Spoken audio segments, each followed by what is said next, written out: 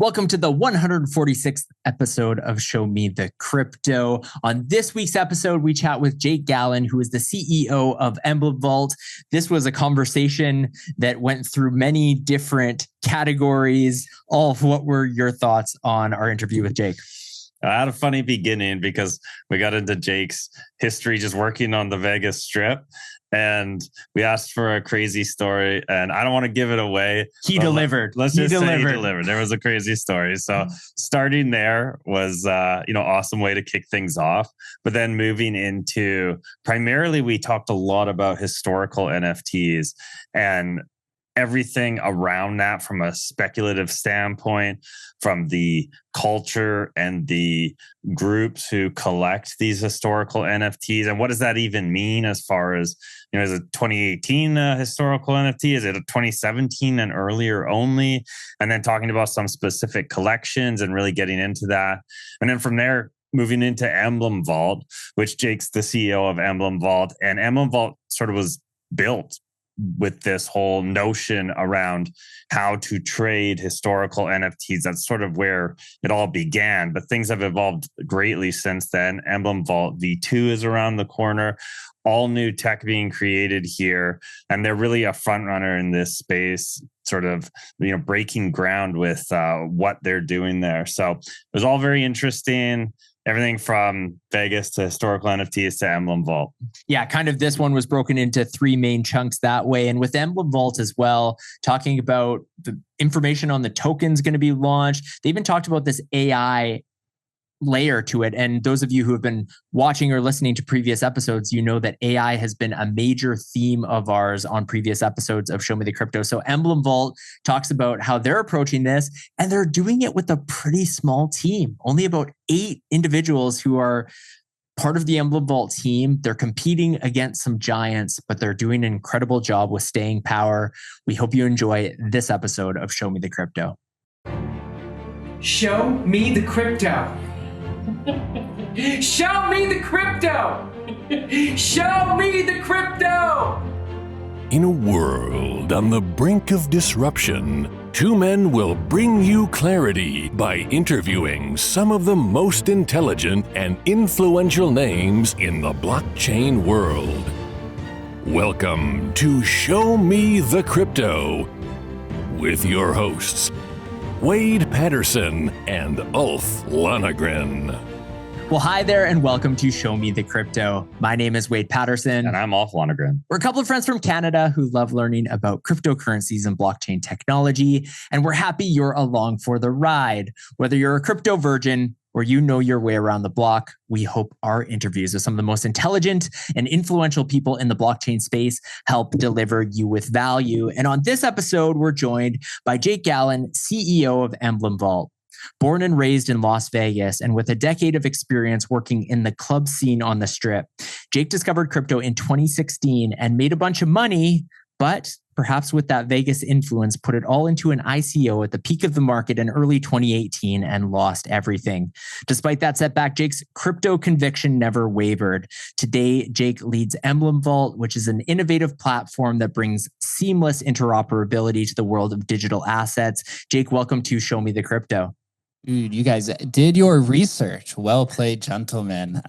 Dude, gave me a little bit of PTSD from the 2017 cycle. Just hearing about that and thinking about it. That was something that haunted me for years, almost made me leave. But yeah, the conviction in this industry, even back then, to me, I knew was something I wanted to spend my entire life trying to figure out, as we knew that this was going to be the future. And still to this day, living out in Las Vegas, still trying to figure out where that crossover is. And I still believe that Vegas is going to be a crypto capital of the world at some point here in the future. So I appreciate you guys for having me on.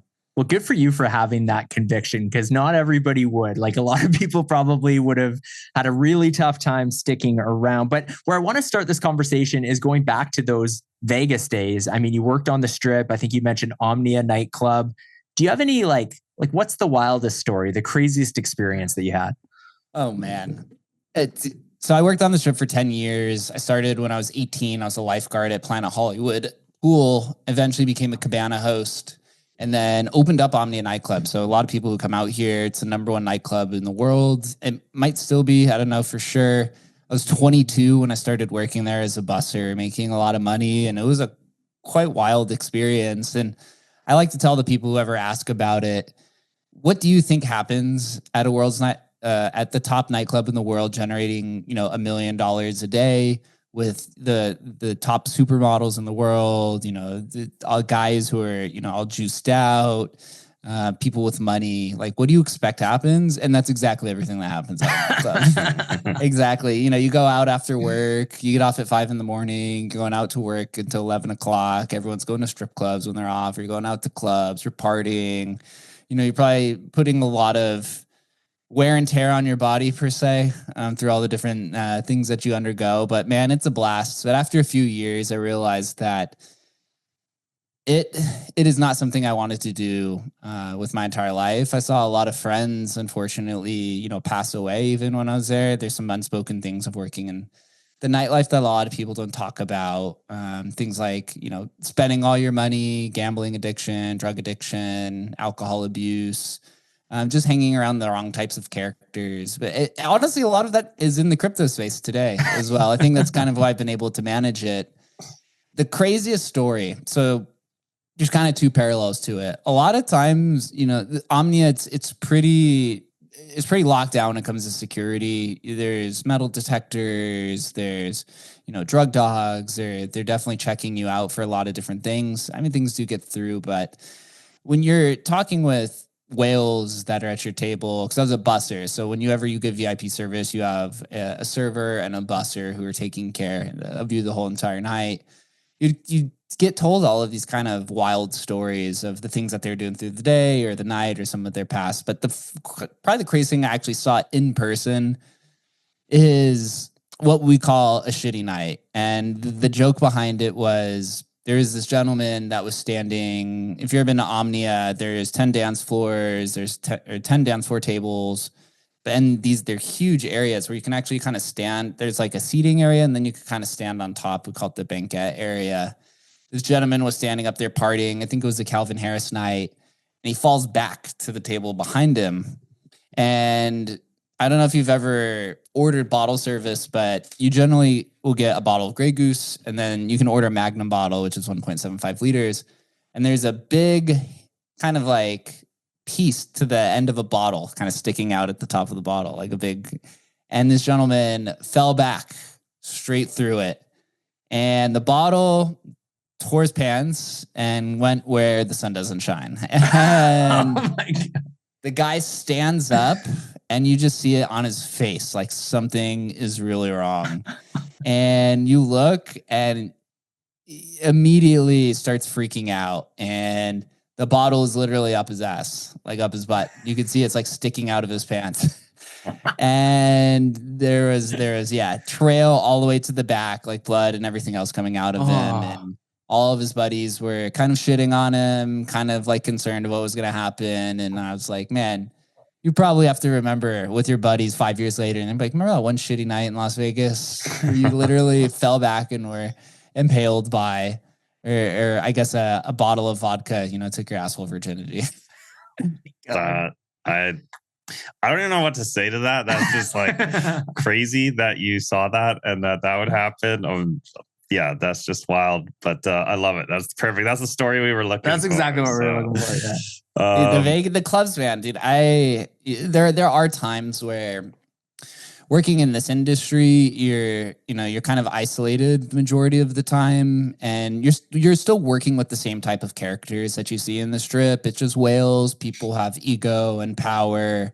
There's the women who are in the industry. A lot of them, though, are successful in here, but a lot of them are, trying to find whoever the power source is to try to get in their wallet. In some way, they have the same exact thing in the nightclub. The only difference is there in Vegas, you're around beautiful people. You're around supermodels. When I applied to Omnia, there was 5,000 servers and 2,000 bussers applied, and they only hired 70 of each. And it's like a whole modeling kind of thing. And so you're in this energetic area, and you're always around people, and you feel very socially satisfied. Whereas in this industry, you see a lot of people have, mental issues or depression and a lot of things from being isolated. So I do miss that component a lot. I did hate working at night. It was definitely that was definitely the worst part of it, in my opinion, was the graveyard shift that I did for 5 years. But man, a lot of good times, a lot of good times. I know a lot of people here that work in the crypto industry tend to stay up, 4 or 5 in the morning. I try not to anymore. I really don't. But that part of me in Vegas is always a piece of all of my decision making. It's really a foundational piece of me. Well, speaking of fun times, maybe not quite as fun or full of stories like you would have got in Vegas, but you've been podcasting for a while as well, just like Wade and I here. And I'm curious what your favorite interview to date has been. And do you prefer being interviewed or being the one interviewed? That's a good question. Something only a podcaster would ask. You're generally often surprised by the interviews of different types of conversations. I would have to say most of the in-person interviews I generally prefer. There's this different element to it when you're sitting across from somebody and not a screen. It's to no disadvantage, or it doesn't diminish the kind of quality of conversations you can have remotely. But there's this aura about sitting in the room with somebody for an hour, 2 hours. I used to do sometimes up to 3 hours, just me and this one person in my room sitting there having a conversation. And there's just something so connecting to it that's really, really hard to explain through it. I would say there's probably a few, but the one that always sticks out to me and that I bring up a lot was actually when I was interviewing Kelly Fertitta, who is the daughter of the Fertitta family, who's the one who runs Stations Casinos, and they sold the UFC for $4 billion. She came down to my apartment. I was living in literally a 400 square foot studio in downtown Las Vegas. And my show had grown so large when I started during COVID that just people were randomly reaching out to me to come on the show. And this woman who's a billionaire, her family's a billionaire, she came down by herself without her security guards to just sit there in my room. My bed is literally 2 feet away from this table that we're sitting at, having a conversation, cameras everywhere, to just kind of sit and have an authentic conversation. And after it, literally within like a minute of us finished recording, again, it's just me and her in this room. And she says, "Oh my God, thank you so much." And I was just like, "What do you mean?" And she was like, "You're the first person ever in my entire life that's interviewed me and never once asked about my family."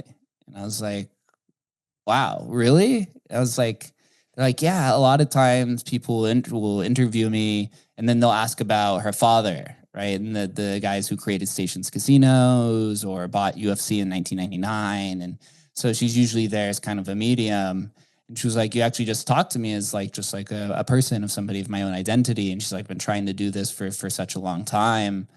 And it just feels really rewarding that there's people out there who can have this conversation." So that kind of thing really sticks with me because it showed me really early on that I was going down the right direction in terms of interviewing. And I've always had a really strong interest in journalism. It was something that I didn't take in college or in high school, but just the like investigative kind of aspect to it and socializing has always been a large interest to me. And so to really kind of uncover, multiple layers, when you go maybe 4 or 5 layers deep in a conversation and kind of start unwinding who a person is, to me, it's just like, it's so satisfying to go through that. And I guess you could talk about the largest one, I guess, if you say like prominence, is probably when I interviewed Andrew Yang, the former presidential candidate, about crypto in person in front of a few hundred people in Las Vegas when they reached out to me 2 years ago or 3 years ago to do it. And he's actually become like a friend. And when he's in town, we'll meet up, and with a few other friends who are kind of running his campaign of the Forward Party. And so I would say that was probably like the most stardom because he's sitting there we're sitting in front of people doing it in person. But the one with Kelly always really sticks out to me because it really just shows that a lot of people are really just craving authentic conversation. And it's just something that's really missing in today's society. Speaking of those different layers, as we kind of tackle different layers of your career, your background, one of those pieces is, and we're hoping to dive a bit deep into it today, is the idea of historical NFTs. And I'm just curious, I mean, that at one point really resonated with you, but like, was there tie-in to like as a child? I mean, like, were you into collectibles or anything like that? Or like, why did this historical NFT piece resonate with you at one point in time? So when I grew up in Las Vegas, I grew up as a humbled beginnings. I had like free lunch and what didn't like everything was essentially earned my entire life. And in order to survive when I was younger, and even a little bit after my parents lose today, we would do things like storage picking, yard sales. You'd go to storage units and try to spot them. And so this was something that my father and I would do as a pastime, and some of the family, and selling antiques and, going to Facebook Marketplace, and we would do the swap meet and different things like that. And so I always had an interest in antiques and just this idea of flipping. And so when historical NFTs popped up, it was about 4 years after I had maybe 2 years after I'd closed down an antique store that I actually owned with my father at one point. It was called Next Gen Pickers. That was my first business, lasted about 2 years. And so taking this real world experience of, over 10 years and even a professional business experience to then when historical NFTs first proliferated in March of 2021 with the Mooncat rediscovery, and then Curio Cards, I think Etheria, and I think CryptoCats was around that time as well in that first month. To me, it was just like this, aha moment. Like I know what antiquities are in real life. Digital antiquities just completely make sense to me. And at that time, I was more of kind of a crypto observer. I had been participating pretty much every day in the industry since late 2016, early 2017, buying and talking about it on my Twitter account, but I didn't really have a following. I only had 1,000 followers, and they were mostly just friends from college and high school and just throughout kind of like my personal life.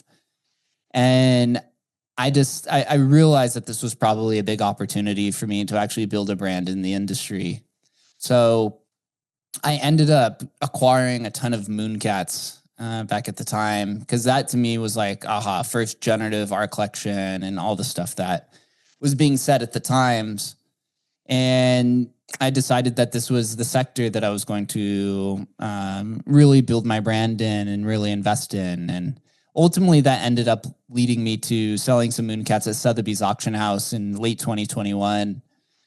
And I ended up building my brand over that 6 months from March until I think that was in like October of 2021 as like the historical NFT guy. That was like one of my goals. I realized, hey, and I'd watched people do this throughout the years, is that whenever there's a new sector or a new market that pops up, if you could be kind of the leading voice of that sector, then you'll gain a lot of followers. And what Kaido actually calls this now is smart followers, which is generally people who are well known in the industry.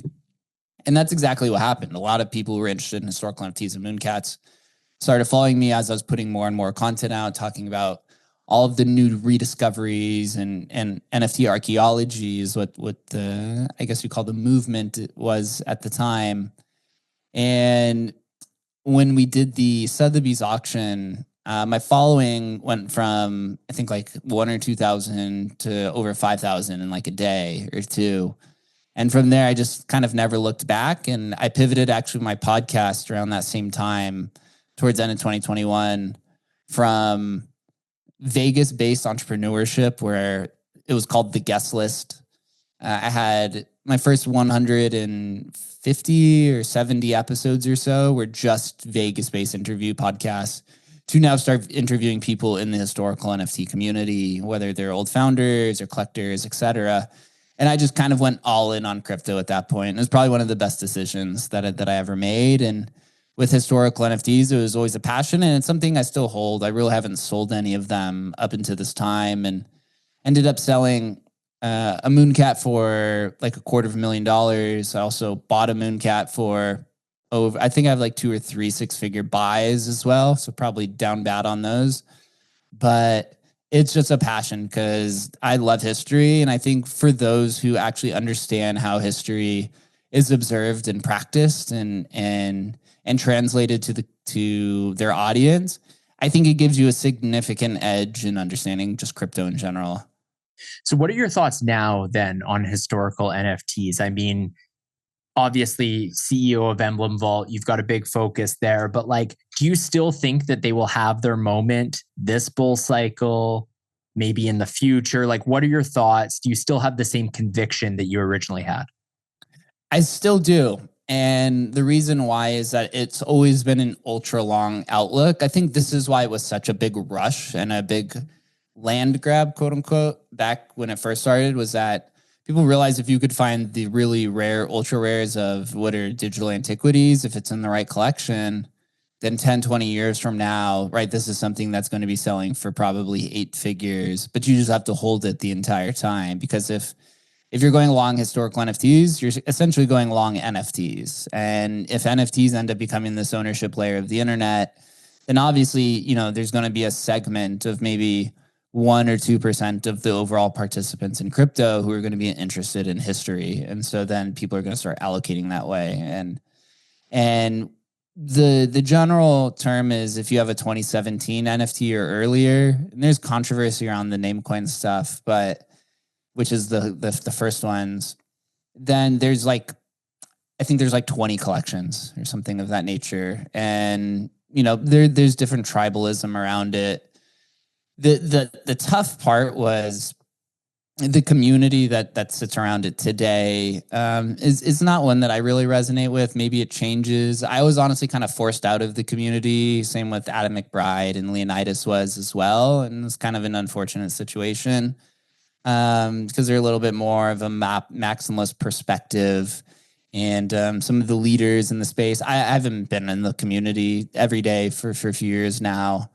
But those who are literally the diehard kind of NFT relics type individuals, the majority of them were not really fans of us because we had a different kind of perspective from them in terms of how to value these. Like this idea of provenance is just vehemently debated, and honestly, it became quite aggressive to where it really prevented a lot of new people from coming in because it was not a very friendly and accepting community. And this is kind of widely known. I think this is why they've had issues attracting new people. But at the end of the day, if you have a long-term view, then 10 years from now, it doesn't matter who the community is. So historical NFTs kind of had, they had a moment, but that moment was a while ago, and it was, brief in the grand scheme of things. And as you talk about historical NFTs, and if you look at that and believe in that as a play, it's a long-term play, and that they're going to have that real moment down the road. But as with anything, if anything that lasts, there's going to be multiple cycles. There's going to be multiple peaks and multiple valleys.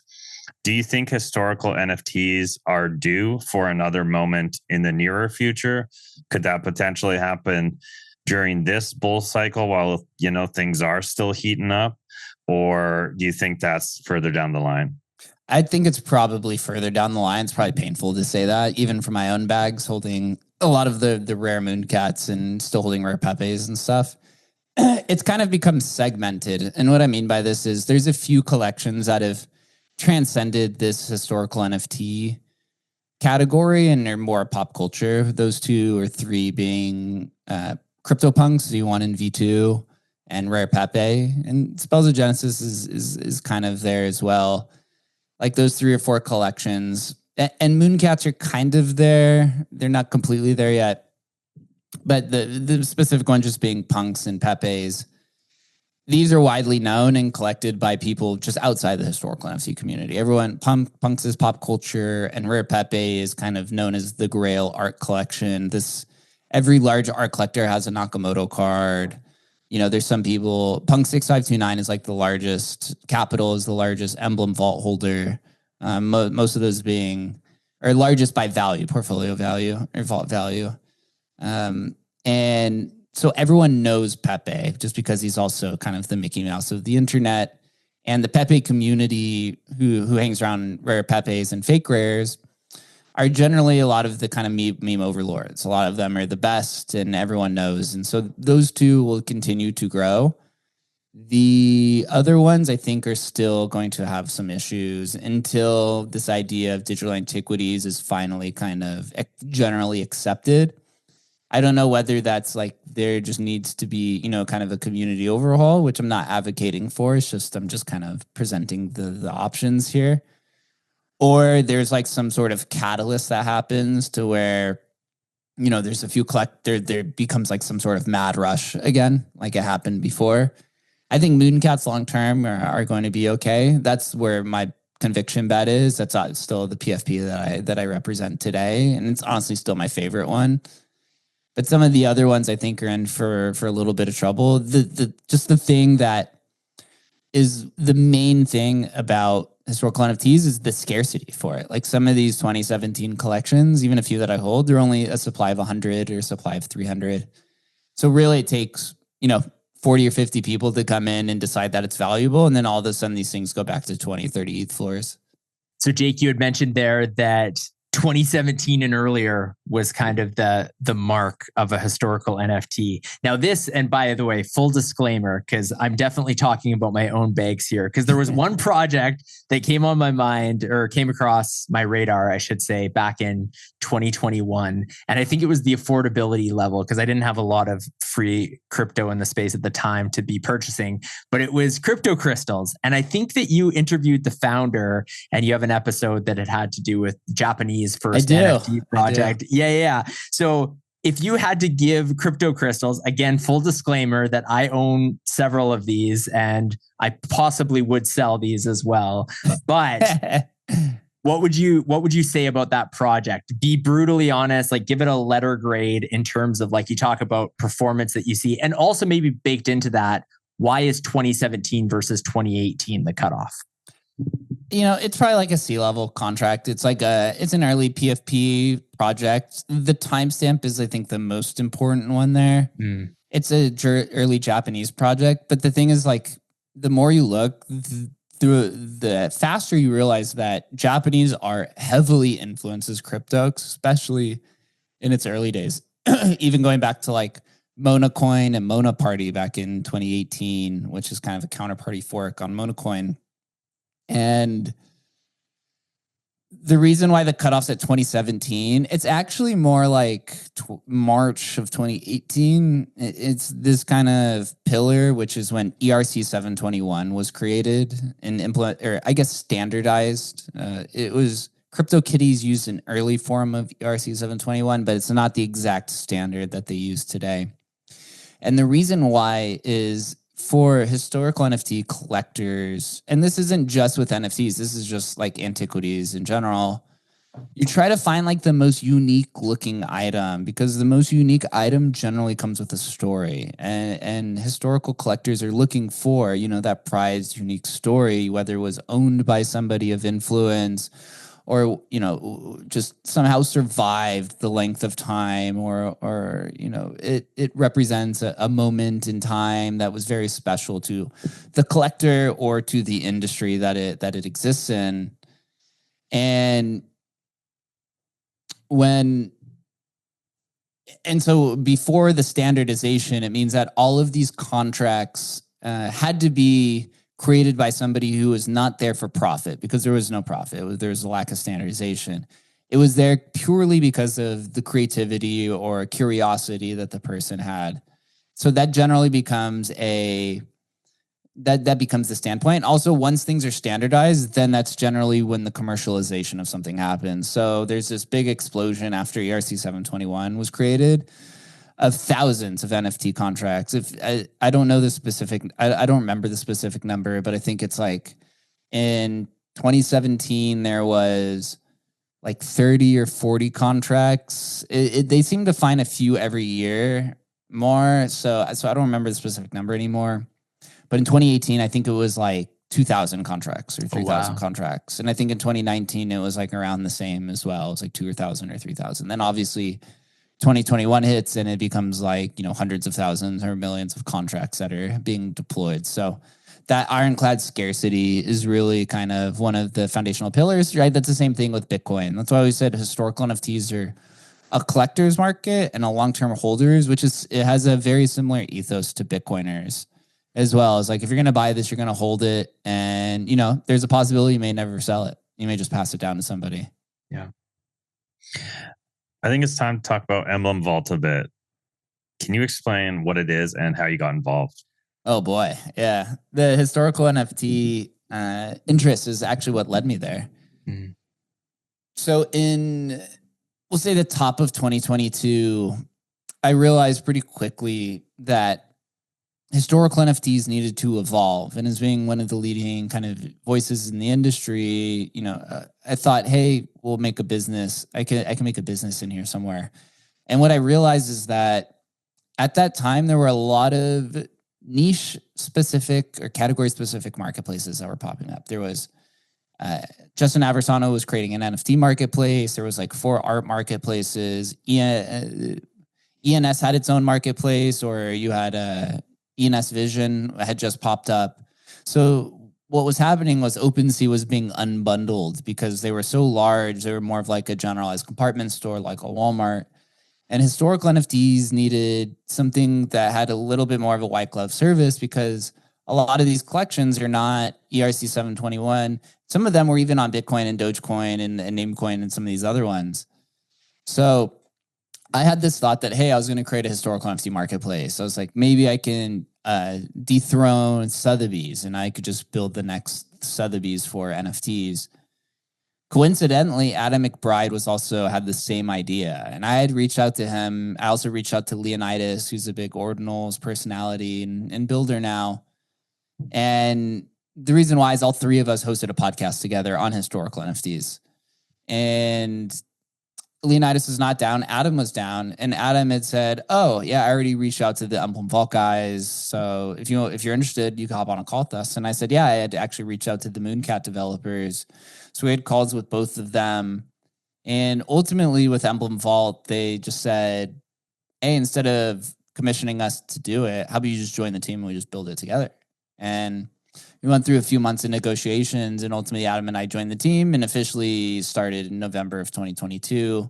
But very quickly we realized that Emblem Vault was a technology that was much, much larger than what a historical NFT marketplace would be. Yes, it is the main way for historical NFTs to trade, but there was something much larger here. This idea of a tokenized wallet or a transferable wallet just has such large ramifications. And even every day we find new use cases.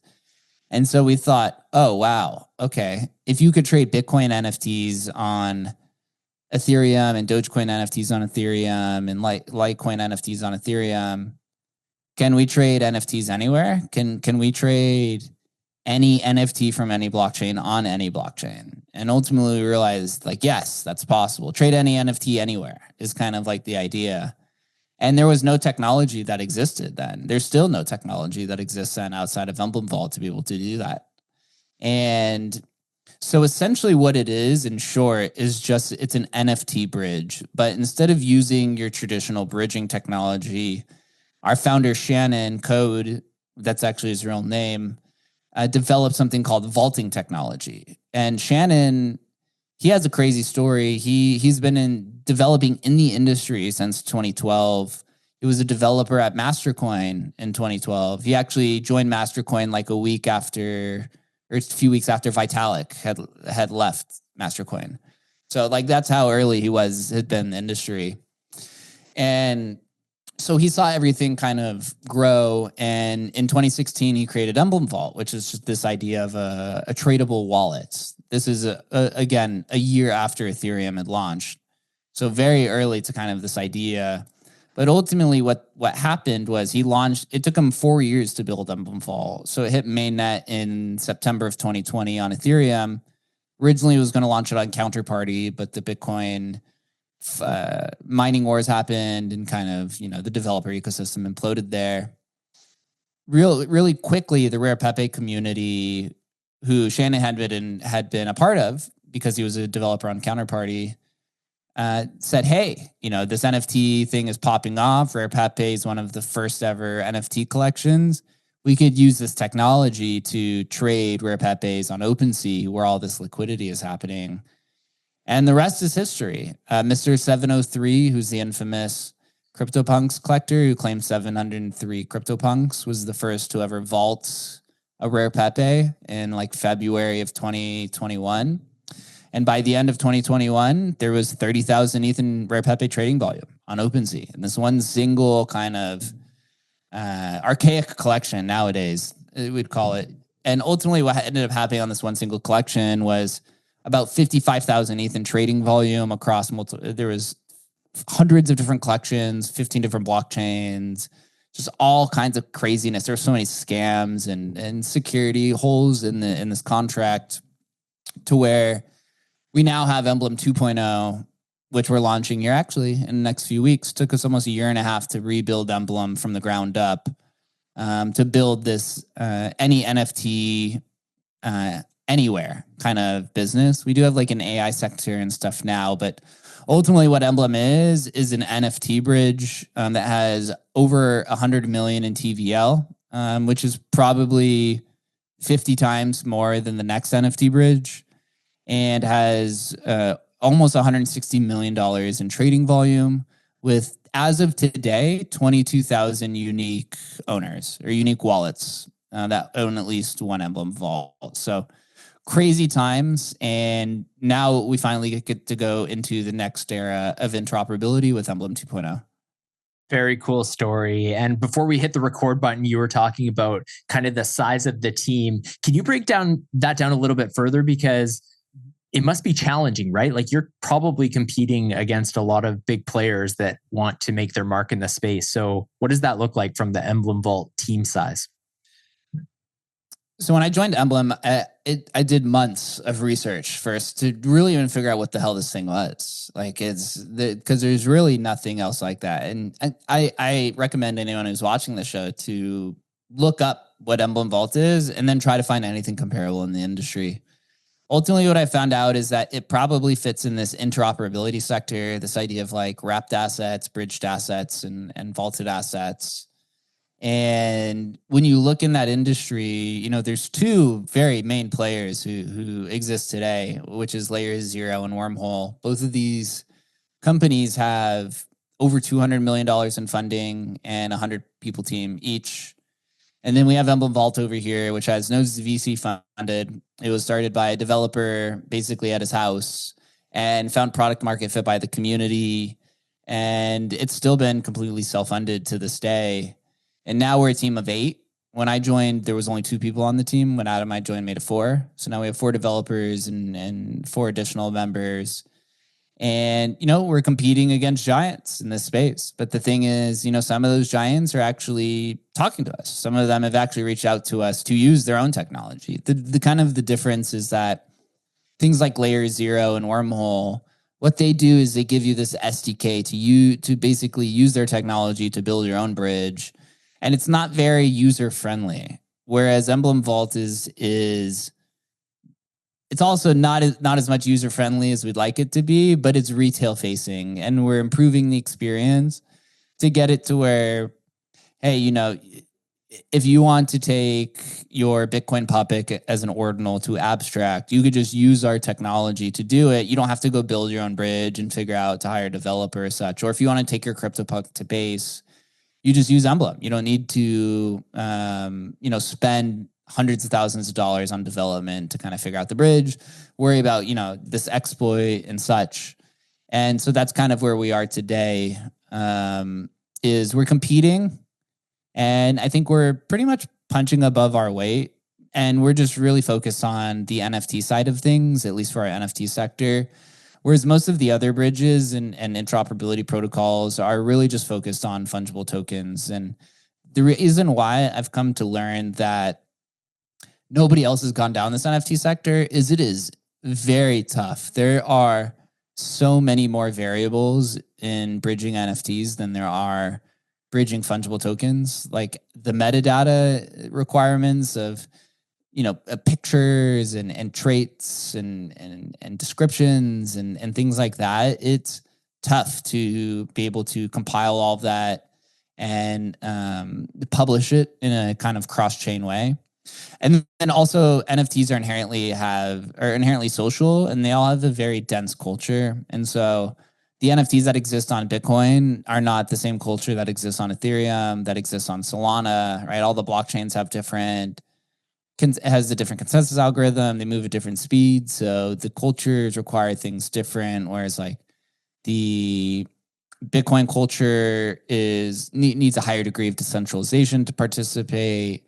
For Ethereum, you need to be able to bridge them to the L2. Solana, everything needs to be fast, right? Because there's a lot of jitters, and there is like Solana is more Gen Z based, where Ethereum is more millennial based, and obviously crypto is more cypherpunk and boomer based. But then when you get into the ordinals ecosystem, right, it's newer, and Counterparty is a lot more OG. So it's just, there's so much knowledge requirement to be able to understand what each community is looking for in terms of like taking their assets to other chains for whatever the specialization is.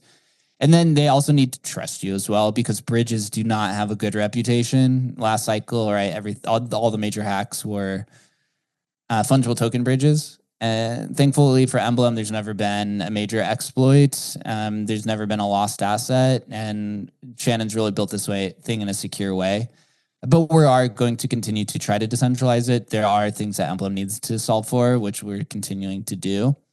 And, I think if anybody is going to build this idea of a truly interoperable protocol for NFTs, I truly think this with my heart that Emblem's the only one that can do it today, because Emblem's somehow survived 3 cycles. It's been around for going into its 9th year as a company and 5th year as a standalone protocol, with a built-in community and no VC funding. And, we're launching a token here soon, and all the other kind of extracurricular things that have happened in the story and narrative. So I truly think that we're going to do it. We move a little bit slow, but I'm excited to just completely change how interoperability, or how NFT interoperability is seen in the industry. And Emblem's going to be the one to do it.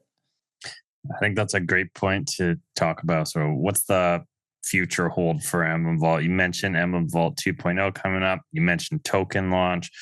What are these sort of nearer future upcoming launches or expansions for the product? And then what's maybe the greater vision, or what do you see coming up if you were to do a little predicting around where Emblem Vault goes in the next 3 to 5 years type of thing? I'm glad that you said 3 to 5 years, because we do have the long-term vision. The way that we look at it, and I put a post out today with a graphic on kind of the Emblem tech stack. There's 3 layers to this. There's the technology layer, the token layer, and then the intelligence layer. And so the technology layer is Emblem 2.0. And what we mean by that is being able to take an NFT from any blockchain, whether it's from Bitcoin, Solana, Base, Monad, it doesn't matter, and being able to tokenize that on a different type of chain. There's a lot of complexities to that, and we've built a system to be able to solve for all of that. And what this actually means is that for the first time ever, you'll be able to generate yield with the same NFT. This happens consistently in the fungible token space where, hey, I want to take my Bitcoin, wrap it on Ethereum, and then go put it on Aave to go generate some yield. I could go do the same thing on Solana. I could go do the same thing on Base. So you're taking the same Bitcoin and you're generating yield on multiple chains. Why doesn't this exist for NFTs? Why can't I take my CryptoPunk and go farm it on Blast for whatever kind of Ponzi token is the hot thing? And then why can't I go lend against it on Base where there's higher liquidity? And then why can't I go vault it as an ordinal on Bitcoin and sell it for Bitcoin, right? To kind of defeat the unit bias that exists, because that's what a lot of people want to do. And that's never existed. And so we're looking to try to, bring that. It's going to take a lot of education. It's going to take it's not going to be an easy battle. And we're very aware of that. But that's why we kind of take this stuff on, because the opportunity here is that Emblem essentially is like the Web3 Amazon, is really kind of what it can become. Because really at the end of the day, what Emblem is, the tech layer, is you basically are creating a package, right? Because it's an NFT. And inside this NFT or package, you can put NFTs and fungible tokens. So inside of one vault, I could take a CryptoPunk and some Bitcoin, and I could take a CryptoCrystal, and I could take whatever the Solana meme coin. I could take it all in this one package, and I could go ship it from Ethereum to Base, or I could go ship it to Solana. And that's exactly what Amazon does, right? You put some things in a package, and it ships it from one place to another. So that's really kind of what Emblem is doing. And I'm going to throw some like moon math numbers at you, but the way that I kind of see it, and the way that I see crypto is this way of like mimicking kind of reality in industries. And so if Emblem is kind of becomes the crypto, distribution center for NFTs, or shipping layer, you can say, I've done the math and I've figured this out, that the domestic and international shipping industry of the entire world is close to 10% of the entire GDP of the world. So it's about a $10 trillion industry. And so, if you see a mature kind of crypto world where, blockchains are kind of countries and everyone's using kind of whatever the strength is, if everyone is shipping a package, that's literally tens of millions of dollars in fees per day. I'm obviously talking, 5 to 10 years from now. So that's kind of the base layer there. And that's kind of what we're building with the Emblem tech stack. From there, you go one level up. Think of it as like kind of like a pyramid where, things become a little bit more finite at the top. You have the token, and we're launching what's called the Emblem Vault keys. We actually chose a rune to do this on. And we actually have a token already on Ethereum, and we're migrating it to runes, being the first and only company I'm aware of who's migrating from an ecosystem of 800 billion to a token ecosystem of 1 billion, right? So taking a lot of risk here doing this, but we think the upside is just absolutely insurmountable. Runes has some issues, but it is going to continue to grow. And at the end of the day, what Emblem is a Bitcoin interoperability layer. About 80% of our TVL are Bitcoin NFTs. They're ordinals and counterparty and stamps. The other half is like Bell's coin and Litecoin, Ethereum NFTs and such. So our community exists there. Emblem, actually, the first token of Emblem called Koval-C started on counterparty, started on Bitcoin, left to Ethereum in 2019. Now we actually get to return home. So it's kind of a cool story there. And so we have something called the Founder Vaults. You could find it on my profile. We actually took 20% of the key supply and we locked them into what's called time lock vaults. So it's just an NFT that locks to a specific block height. So we locked them to Bitcoin block 915,000, which is in September. That's when our TGE happens. And so users can actually go ahead and go to the Founder Vault collection on OpenSea and buy them directly. It's just like exactly like how a pre-sale works, but it's actually in public. So we brought pre-saling on-chain in a tokenized way for transparent reasons. There's also, we're doing points and like a point system that's launching in March, as well as retroactive airdrops for the people who've been a part of our community for 10 years. And so keys, Emblem Vault keys, is rune number like 5,000. So we etched it on the first day runes launched. And our target is to have, close to 100,000 wallets distributed by the end, which would make it like a top 5 rune by holder base. Potentially the target would be number 1, but Uncommon Goods by Casey is going to be hard to catch up to. So then you go the last layer on top of this, and this is the new meta in crypto, which is the AI meta, right? And so we call this the intelligence layer. And Shannon, our founder, has actually been building AI for longer than he's been developing crypto. He actually was developing, he worked for, in the mid 2000s, he created pathways to mine in-game currency for MMO RPGs in like the mid 2000s. These are things like World of Warcraft and Diablo and games like that. So he's been building in this space for a long time. And so we developed something called Emblem AI. And what it is it's an AI-based wallet. And in this wallet, it has a multi-chain vault for wallets for Bitcoin, Solana, and Ethereum. And so it has an API key. And so you can deposit things in this wallet and then feed the API key to an AI agent to then basically go trade and do different things on your behalf. And so we're kind of building out this sector in multiple areas. We have an agent that's called Agent Hustle, who's going to be the kind of UX layer for Emblem Vault. And then we had the agent has this other kind of token called Tensor as well. And so there's some experimentation going on there. But Emblem AI Wallets is really the foundation where any AI agent developer can use our wallets to allow their agent to do on-chain kind of transactions as well. But what Agent Hustle is going to do, and what we found is that, you can speculate and you get people to use the wallet, but the very base layer, let's say all AI kind of tokenization stuff fails on its face, right? And people are still trading Fartcoin a year from now and everything else has kind of failed.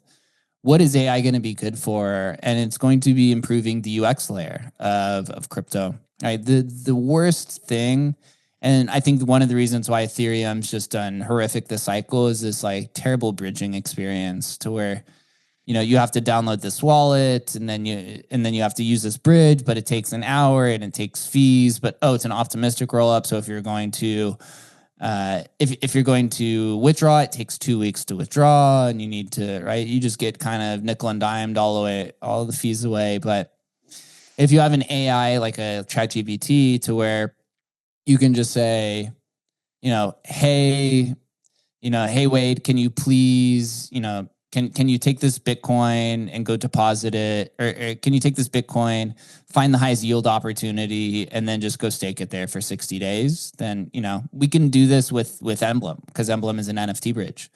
So instead of having to say, instead of having to go to emblem.vision, vaulting it, or looking across all the collections of all these different chains to find the best yield opportunity, you could just go, hey, Agent Hustle, I have a Nakamoto card. Can you find me wherever the highest bid is on any chain for this Nakamoto card, vault it and accept the bid. And then it'll be done, within a few minutes. Like that is going to onboard more people to this industry than anything we've ever done. OpenAI has, I think, 200 million subscribers for ChatGPT. Monthly subscribers. We're crypto. It's estimated around 30 to 50 million people are using crypto. So from here on, from this conversation onwards, the majority of people who are entering crypto are going to be more AI oriented than they're going to be crypto oriented. And so the way that they're going to interact with crypto is going to be through an AI most likely. And also you have these things like people are terrified to use crypto because if you forget one letter of the seed phrase and you send it, right, your crypto's gone, or oops, I clicked on this bad link and now I've been swiped for everything, all my funds. So with Agent Hustle and the intelligent layer of Emblem, it's a perfect way to bring in Emblem 2.0 to where you can use an AI agent to find the best yield opportunities where, hey, if there's seven different kind of gamified things happening for CryptoPunks. So I'll use this one final example and I'll wrap up this kind of this lengthy kind of response.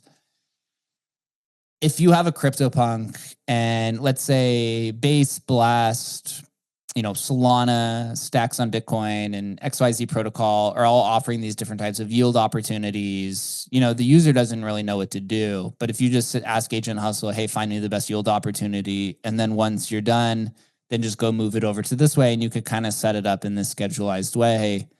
Now everyone really wins. And so that's kind of what the intelligent layer of Emblem is going to be, and it's going to be nicely packaged together. It's super fascinating, Jake, what you're working on there. And that covered so much of what we were hoping to talk about as well with regard to the AI part of it in the future, how you see that intersecting. So it's so cool. And again, going back to the fact that you're working on this with a modest sized team is super impressive. Jake, we like to end every episode of Show Me the Crypto with the same 3 questions we ask every single guest. It's a segment we call You Had Me at Crypto, and Ulf is going to ask you those questions. You ready, Jake? Let's go. All right. The first question, who's your favorite person to follow in the crypto space? Oh, man. Recently, it's been Daniel Got Hits. That's my boy. He's hilarious. I hope you guys follow him. He's one of the most real people. I follow a small amount of people, and it's not because, I hate everyone. It's because I try to keep my feed curated to like the top of mind or brilliant individuals. I follow accounts from all different sizes, but he's one of those like kind of fresh breaths of air where he's shitting on everybody, even kind of some of the real world events. I also have become like friends with him over time as we've kind of gone through the industry together. And so he, over the last few years, has probably become my favorite person to follow. Nice. Second question. What will the price of Bitcoin be 10 years from now? Oh, man. It's like that famous quote where we often overestimate what we could get done in a year and underestimate what can happen in 10. It's got to be probably close to $1 million by that point, possibly higher. I will say, I'll say maybe $1.1 million. I like that. We've had a lot of $1 million. I don't know if we've ever had a 1.1 million. So yeah, we've had over $1 million too, but not like just a little bit over. You gotta know how crypto works, man. Maybe this is just the trader in me, but if crypto is going to pass $1 million, it's going to just like absolutely balloon past it because it's been such a price target for that long. Granted, at that point, who really knows? It's probably mostly AI agents that are trading at this point in time. But I just think once that $1 million in sight, it's definitely going to shoot past it. Nice. The third and final question: what is the most underrated project in crypto, other than Emblem Vault? Hey, this is how I found you guys. Actually, that's right. Was David giving us a shout out? Most underrated one. Can I here? I will first say pleasantly, I would say is the most underrated ecosystem. I think is the ordinals and runes ecosystem. I found that's where I spend a lot of my time because first I think it has the most opportunity.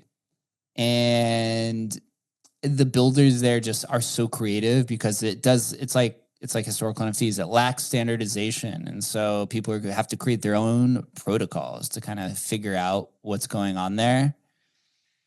I would say, I would have to say Runes, honestly, is probably the most underrated. It's a token protocol. But I would say, Casey Rodarmore he has a big brand, but Runes is always continually shit on from that point. And there was a lot of awesome builders and it's really difficult to figure this stuff out. And if I had to go one further, I would probably say, and this isn't live yet, but there's a lot of expectations, is Arch Network is probably something that I'm really looking forward to, which can completely change Bitcoin DeFi. And it's just this idea of like people using trusted execution environments to build these different types of things that are happening there. So I would say Arch Network. I'd also give like Bob Bodley a shout out. He just launched something called the Odin Fund, which is kind of doing something similar. So just everyone who's in the Runes ecosystem, I think is just severely underrated. Jake, this has been a great conversation. We've explored everything from getting a bottle shoved up your ass at Omnia to historical NFTs to AI. Thank you so much for joining Alf and I on this episode of Show Me the Crypto. Dude, I really appreciate both of you for inviting me. I love these genuine conversations. Even when we get to talk about some of the past, that's rarely ever brought up, but that's such an important piece of who I am today. And it really influences a lot of decisions that I make. And I'm still on this life mission to make Vegas the crypto hub of the world.